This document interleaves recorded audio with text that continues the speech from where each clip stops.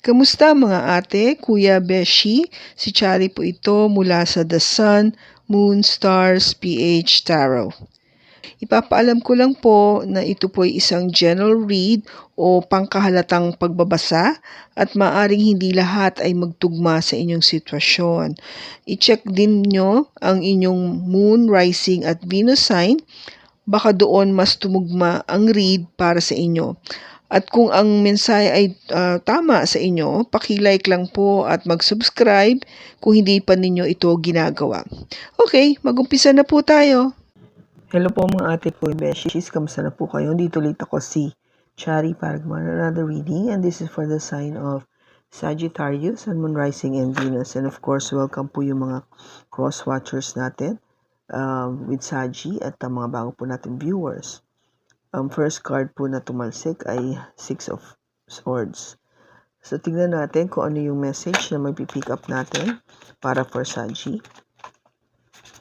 Ang gagawin ko is titignan ko muna yung energy mo and then afterwards yung energy ng person mo. We have the Three of Pentacles, the Princess of Pentacles, the Eight of Cups, and the Eight of Swords. Bottom is the Prince of Cups. Okay, Sagi? So, merong message of love na dumating sa'yo o may nagpahiwatig ng message of love sa'yo. And hindi mo to inaasahan, no? You didn't expect this. Kasi something na you're trying to juggle, no? Trying to weigh things. Kasi itong message of love na to na dumating is your soulmate from the Two of Cups. No, hindi mo inaasahan na yung message na to would come from your soulmate. Kaya kung gaba parang hindi ka sure, so tinitignan mo. Now, yung first card mo dito, Six of Swords, is something na talagang you wanted na makapag-usap peacefully, tahimik na pag-uusap. Something na talagang you can work things out, na ma-work out nyo yung mga bagay-bagay, yung mga differences o itong hinaharap nyo sitwasyon. Kasi ang inaano mo dito, Sagi, is you wanted to make this solid offer. No? Umpisa, a very small offer, pero something na talagang solido. Kung gaba, sure ka with this person. But somehow, something happened kung bakit naisip mo to walk away. And so far, yung nangyayari ngayon is yung isip mo, no, your thoughts about this person, ayaw mong isipin. No? You don't want to look at it or you don't want to parang face o harapin itong naiisip mo about this person. You don't want to. Though nag-offer ka before, pinaalam mo sa kanya na this is your intention, pero still, no? Parang hindi naging sapat. Kaya na-decide mo na, no, hindi ito. Hindi ito pa. Maybe there's something else that I need to look into. So, tignan natin. But andito yung Six of Swords. We have the Princess of Cups. We have the Two of Pentacles. And the Eight of Torch or Wands. Bottom niya is the Seven of Swords.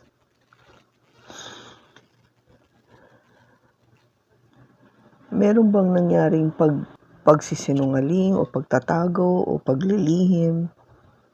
Kaya parang ang gusto mo nga is makapag-usap kayo ng tahimik o ng maayos na ma-work out nyo ito. Kasi ito hinihiling eh. You need a lot of communication. Back and forth communication. On whatever that you are trying to juggle. Whatever na itong bagay na, dalawang bagay na to, Saji, na talagang parehong mahalaga sa'yo. Kasi yung pag-juggle dito of two things, it could mean maybe two persons. Kasi there was an offer, no? Offer of love, a message of love na binigay mo.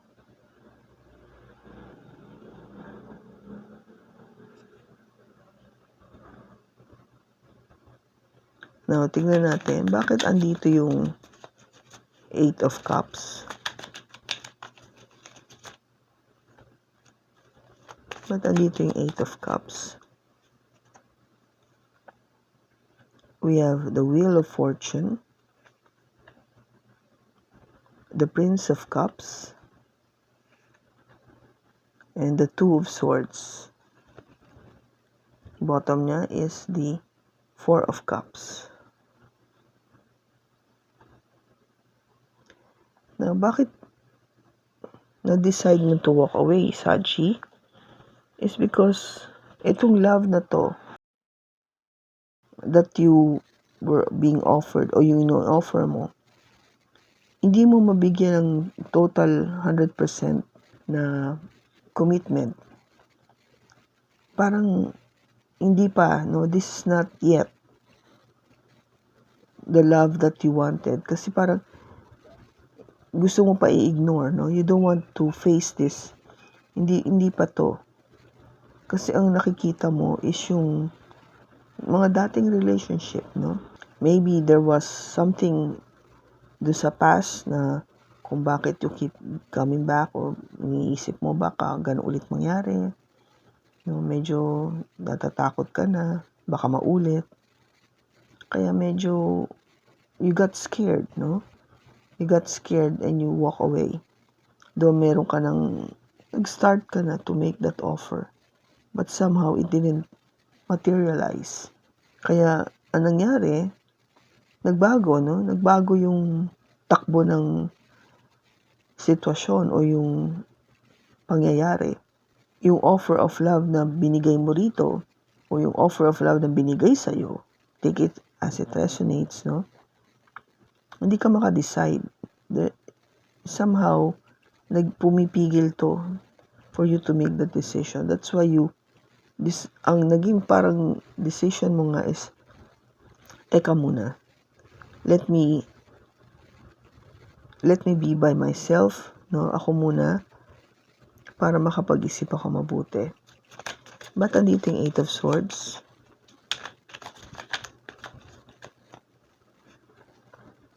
We have the 4 of Wands. We have the 5 of Wands. And the King of Cups.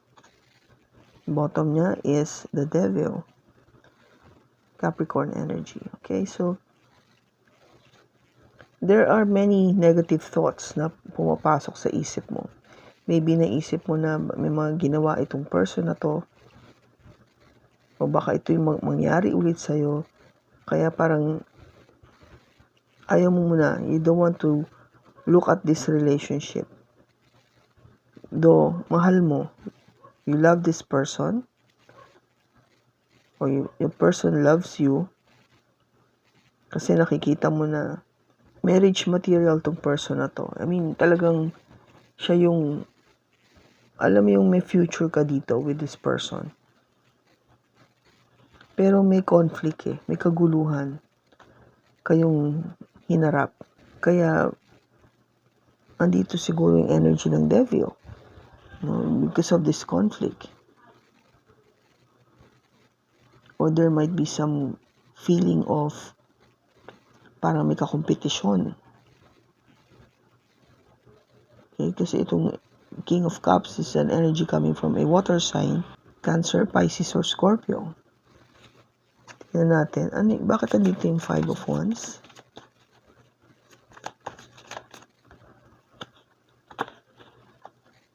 We have the Prince of Wands, the Seven of Cups, and the Empress. Bottom niya is the Prince of Pentacles. So, yung solid, yung offer na nga yun. Yung offer na yun,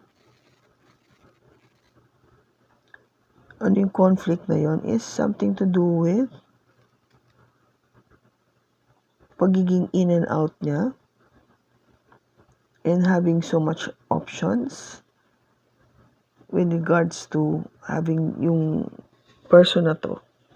Okay? Nakikita mo kasi na yung may pagkaano siya, yung mataas yung standard niya. But the thing is, hindi ka sure. No, hindi ka sure dito kasi parang kung kailan lang, or this might be you, your energy, Saji, na kung kailan mo lang gusto, andun ka. Hindi ka sure, no? You're not sure, but you feel na meron ka pang ibang option to look at.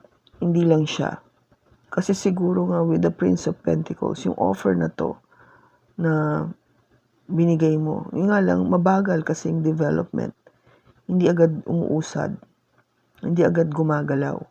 Kaya napagod ka, nakakaintay, and you move on. No, you try to find a new love. Pero mahirap. No, it's difficult to move forward. Kaya what you did is parang sinara mo muna yung iyong isipan pagdating dito. Because you cannot see any future at all dito sa person na to. Kaya yung parang ugali mo na parang sige lang, yung pagiging fire sign mo na, yeah, I want to enjoy. I will enjoy it when I wanted. Be there. Pag wala, di wala. Hanap ako sa iba. Enjoy myself with other people. Doon nag-i-start yung conflict. Walang continuity, no?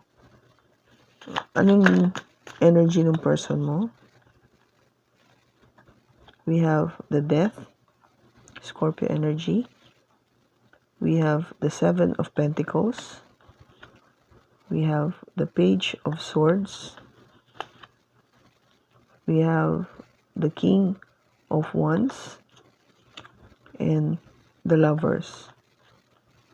So, ang bottom niya is the Nine of Wands. Yung person mo is talagang nag-iisip siya, nag-worry siya. Ano na bang mangyayari sa aming dalawa? Kasi, no, gabi-gabi, lagi ko itong iniisip. Makakamit ko pa ba yung Ten of Pentacles with Saji? Siya ba yung aking magiging future na partner in life? Magiging ama o ina ng aking mga anak sa future? Yun yung tanong eh, no? I just wanna show you. Yung susunod is the moon. Pisces energy na hindi mo makita to. Malabo. There's so many questions that is unknown. Kaya nagwo-worry ka. Okay? Worry ka about the future. Ano mangyayari? Kasi with the Death card, this is an energy coming from Scorpio. Something ended. May natapos. No? Mayroong nangangailangan ng pagbabago. It needs change. It needs change kasi ang tagal na ng investment. Matagal na yung panahon na ginugol nyo rito sa relationship na to. Parang kulang, no? Nagkulang sa pagbibigay ng sweet messages, no? Yung mga small messages lang of passion. Parang siguro kasi sa sobrang you get too familiar na with each other, kaya parang nawawala na yung parang ligaw moment na every now and then binibigyan mo pa rin siya ng small notes or something, words na talagang nakakakilig. Those love gestures, parang wala nawala yun. And that needs to change kasi kahit na matagal na kayo, it doesn't mean na, sanay na yan hindi ko na kailangan gawin yan. O nakuha ko na siya, umuo na siya sa akin, kami na So, hindi ko na kailangan talagang ligaw-ligawan o pakita yung pagmamahal na yan. Which is wrong. Dapat nga mas gawin mo pa kasi para continued yung emotion na yan, yung feeling niya. As if you're nurturing, no? Pinapalago mo siya, pinalalaki mo siya, pinapalalim mo yung feelings na to sa isa't isa. And with the King of Wands, of course, you wanted excitement. Your person wanted excitement. Wala na, no? Nawala yung excitement na yun. And with the Lovers, this is an energy coming from a Gemini. That's why your person is trying to make that decision. No? Ano na bang gagawin natin sa relationship na to? So let us see. Ba't andito yung Death card? We have the Queen of Swords, the Six of Wands, and the Nine of Pentacles. Bottom niya is the Hangman. Dahil kasi nga, as if walang nangyayari, things are not moving or nothing's happening, and you wanted to have this talk, no? Mag-usap kayo. Kasi siguro nga, your person has been single for a long time and doing well, no? With the Nine of Pentacles. Very independent person, Saji. Kayang-kaya niya to be on her own or to be on his own. Kaya, ang ba, parang okay lang, no? Okay lang kahit wala ka. Yun sa totoo. Kaya, yung feeling nga ng person mo is matagumpay siya, no? Very successful. Very successful. And hindi siya takot. Hindi siya takot na mawala ng relationship. Kasi your person is doing fine.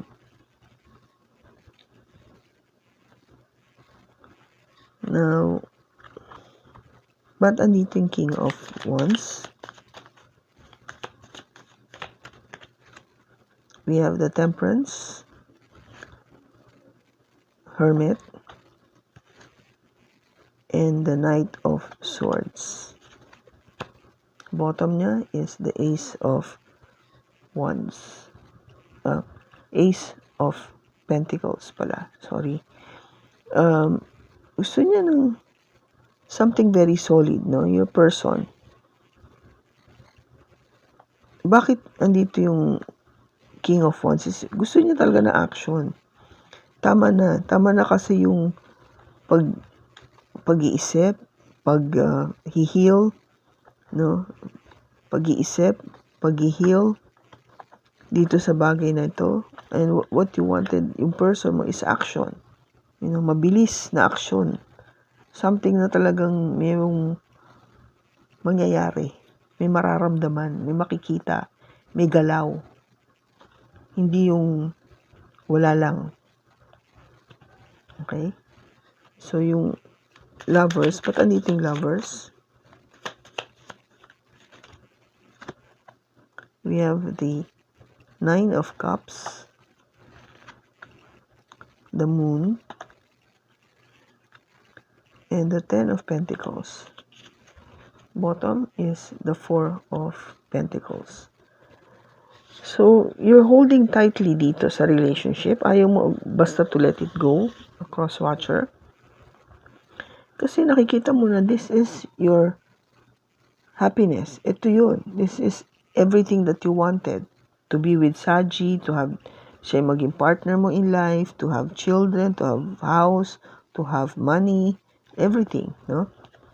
Pero nakikita mo nga, parang malabo. Malabo mangyari. Though ito yung wish mo, no? This is your wish fulfillment. Itong lover mo, itong person mo. Kaso hindi mo makita eh. There's so many unknown things that is bothering you. Kaya parang, kung ba parang may question ka pa rin. You're not 100% sure. Kasi, okay ka naman eh, no? With the 9. Nag-progress ka nga from 9 and you still wishing for the 10. Kung okay ka na, pero you still wanted to have this person, to have that person in your life, which is Saji. Pero, hindi ka clear. You're not sure.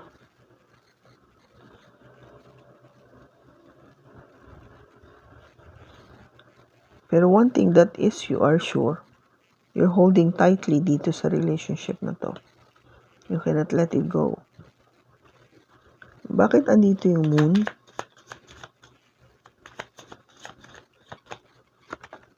Something to do with the 8 of Swords, the 10 of Wands, and the Fool. The bottom, again, is the Ace of Pentacles, a new beginning. Kung bakit may moon is because you feel so burdened, about yung thoughts mo, yung pag-iisip mo. Yung isip mo, yung mindset mo ang nagbibigay sa'yo ng paghihirap na to.